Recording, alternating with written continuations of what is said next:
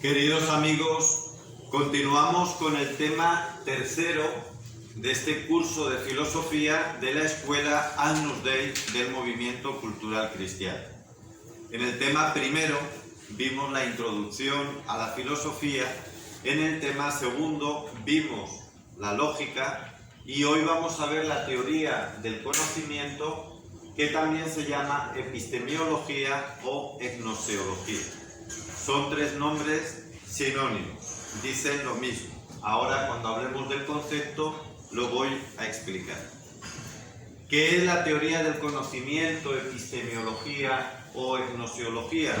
Pues es aquella rama de la filosofía que nos dice cómo conocemos, cómo nosotros interpretamos la realidad, cómo funciona nuestro entendimiento, nuestro conocimiento y, en definitiva, cómo podemos llegar a la verdad y evitar el error. Este es el objetivo fundamental, porque no se trata, digamos, de una rama propia de la medicina o de la biología, no se trata de los procesos neuronales o de la sinapsis del cerebro, etc. Se trata de los procesos mentales que nos llevan a conocer la realidad adecuadamente, es decir, con verdad, evitando el error. Eso es lo que se llama teoría del conocimiento. También epistemiología, porque episteme o gnosis son palabras que significan, en sentido amplio, conocimiento, entendimiento.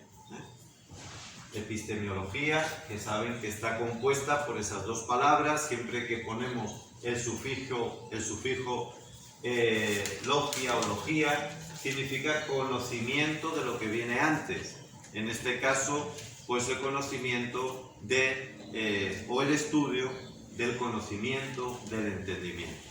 Entonces, este es el concepto sobre el tema que vamos a tratar hoy. ¿Y qué diferencia hay con la lógica, que es el tema segundo que vimos anteriormente? La lógica, decíamos, que lo que nos ayuda, lo que nos sirve es para que veamos si el proceso se ha hecho bien. Pero podemos hacer bien un proceso cognitivo, podemos hacer bien un juicio, es decir, mecánicamente, lógicamente bien elaborado, y sin embargo que la conclusión sea falsa.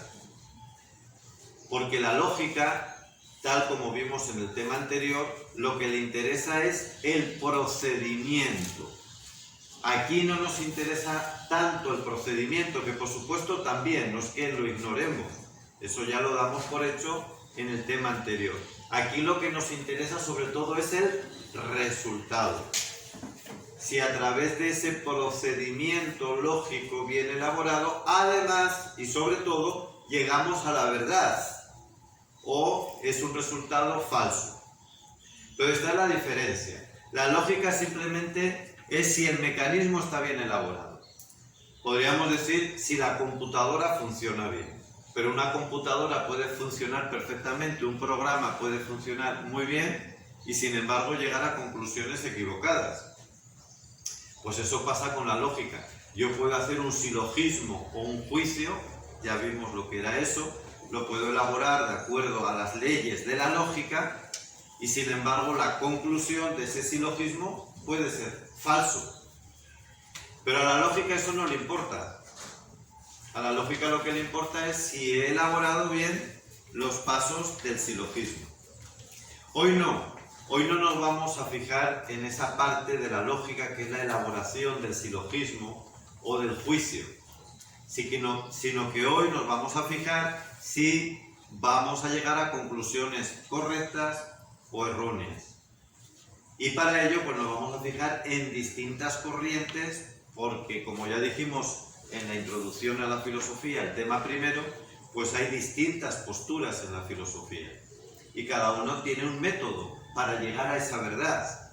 Cada una explica de distinta manera este proceso del conocimiento para buscar la verdad. Unos dicen que se conoce de una manera, otros dicen que de otra. Por supuesto, nosotros vamos a proponer la más correcta porque además es la que nos enseña la Iglesia y coincide además con la filosofía clásica, la filosofía griega, y por eso estamos seguros de que es la manera adecuada para buscar la verdad con un proceso pues bien elaborado. Para ello es muy importante, una vez que ya hemos visto qué es lo que vamos a estudiar, la teoría del conocimiento, cómo conocemos para llegar a la verdad y cuál es la diferencia respecto a la lógica, vamos a hacer algo que ya en parte vimos en la introducción a la filosofía, en el tema primero, pero que hay que recordar permanentemente. ¿Cuál es la diferencia entre el conocimiento mítico y el conocimiento racional? Hay que partir de algo evidente. El hombre, desde que es hombre, desde que estamos en la tierra, siempre ha querido conocer la verdad. Eso todos, desde que uno, aunque sea de manera instintiva de niño, ya empieza a abrir los ojos, quiere lo verdadero, aunque sea, repito, de manera inconsciente. Y eso hicieron también los primeros hombres, hablasen mejor o peor, pero siempre buscaron la verdad. Ahora bien, ¿cómo buscaban la verdad? ¿Qué proceso cognitivo, mental tenían para ello? Pues era un proceso mítico, que ya vimos que significa atribuir cualidades humanas y hasta sobrenaturales a los objetos de la naturaleza. Ellos creían que la verdad se lo daba pues ciertos procesos naturales, como podría ser el sol, la lluvia, ciertos árboles o ciertos elementos de la naturaleza. Ahí había una presencia de la verdad porque creían que era algo divino o algo sobrehumano y ahí lo buscaban. Y por eso era una manera de buscar la verdad que sometía al hombre a las realidades naturales. El hombre era esclavo de la naturaleza. Eso es lo propio del procedimiento mítico. Hace poco me preguntaban, ¿qué es esto del animismo? Bueno, pues el animismo tiene que ver mucho con esto. Es pensar que las cosas de la naturaleza tienen una vida propia e incluso superior a la humana, y por eso me tengo que someter a ellas. Y por eso se busca en ciertas cosas naturales pues un contacto, un culto con esos elementos. Todo esto cambia cuando empieza el procedimiento racional de pensar, que es lo que llamamos la filosofía. Ya no adjudicamos a la naturaleza esa fuerza, digamos, sobrehumana, ni buscamos en ella la verdad, sino que empezamos a buscarla en nuestra propia razón. Ya no vamos a preguntarle a la fuente, al agua, al árbol o al trueno qué es lo que tengo que hacer, o al tabaco hoy día, o al pozo del café. No, sino que empiezo a pensarlo yo mismo. ¿Qué es lo que yo tengo que hacer para encontrar la verdad? Ahí es donde nace la filosofía, que nace en un lugar del sur de Europa, en el Mediterráneo, llamado Grecia, porque ahí se dan una serie de factores de la civilización que hace que ahí surja este pensamiento racional o filosófico. Y por lo tanto el nacimiento de la gnosiología, que repito es lo mismo que epistemología o lo mismo que teoría del conocimiento, es lo mismo, pero vamos alterando los nombres para que nos vayan sonando, hay que atribuirlo ahí. Nace junto con el resto de la filosofía, porque es una rama de ese gran árbol, y es buscar la explicación del conocimiento dentro de nosotros mismos, en nuestro propio razonamiento. Ahí es muy importante que distingamos entre los filósofos presocráticos y socráticos. Los presocráticos ya son filósofos, ya buscan causas racionales, no naturales, no externas a nosotros, sino dentro. Y dentro de esos presocráticos, sin embargo, aunque había varias diferencias, unos decían que todo venía del agua, otros que de la tierra, otros que del fuego, otros que del aire, de los elementos naturales en definitiva, sin embargo ahí se estaban preguntando el por qué, y había un elemento filosófico. Pero donde hay un verdadero cambio es cuando viene Sócrates y sus discípulos, sobre todo Platón y Aristóteles. Esto ocurre en el siglo IV antes de Cristo. Por lo tanto, los presocráticos son de antes del siglo IV, pero no mucho más, porque la filosofía propiamente, por ponerle una fecha, nace en el siglo V antes de Cristo. 500 años, por decirlo de alguna manera, antes de Jesucristo. Pero digo, ¿cuál es la gran diferencia? Pues la gran diferencia es que Sócrates ya no va a buscar el porqué racional de las cosas en los elementos de la naturaleza. Vea la diferencia con el pensamiento mítico, que aquí no buscaban pensamiento racional, aunque lo hiciesen en la naturaleza. Simplemente era sometimiento a la naturaleza. Aquí, aunque todavía busquen en el agua, en el aire, en la tierra, en el fuego, el origen de todo, sin embargo es a través de la razón. Esta es la diferencia.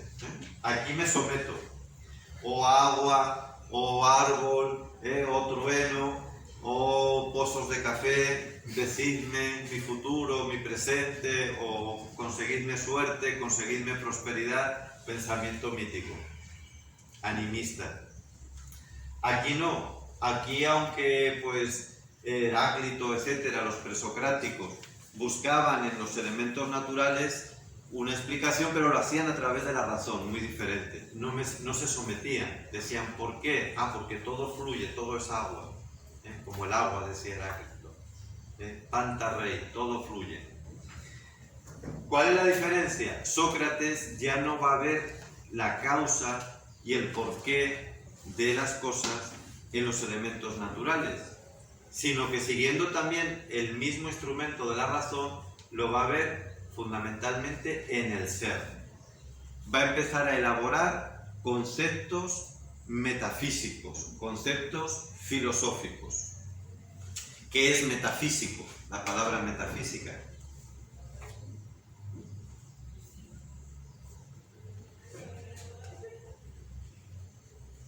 Meta es un prefijo que significa más allá.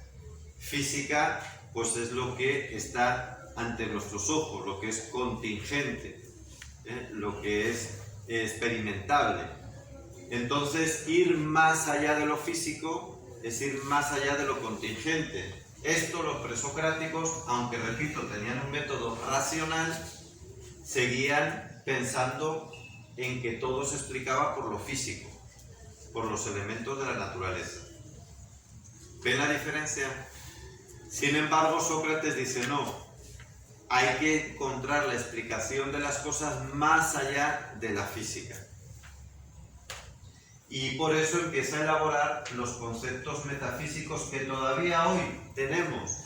Naturaleza, las cosas tienen una naturaleza que no es lo que vemos. Es algo que está más allá de lo que vemos, más allá, metafísico. Tienen un ser que no se acaba solo en las apariencias, en los accidentes. También eso es el ser de las cosas, pero tiene algo más que eso, metafísico. Y ahí es donde empieza propiamente la filosofía.